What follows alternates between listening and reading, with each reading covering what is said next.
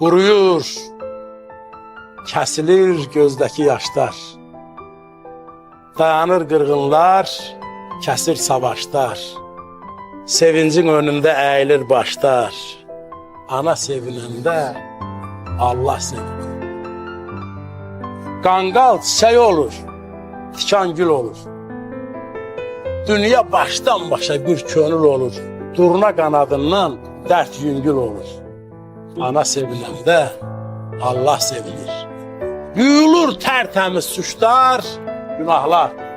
Çəkilmir tətiklər, atmır silahlar. Sevən könülləri göynət ürahlar. Ana sevinəndə Allah sevinir. Gözümlə neçə yol görüb duymuşam. Bu hissi qəlbimlə dərib duymuşam. Ömrümü bu eşqə verib duymuşam. Ana sevinəndə Allah sevinir.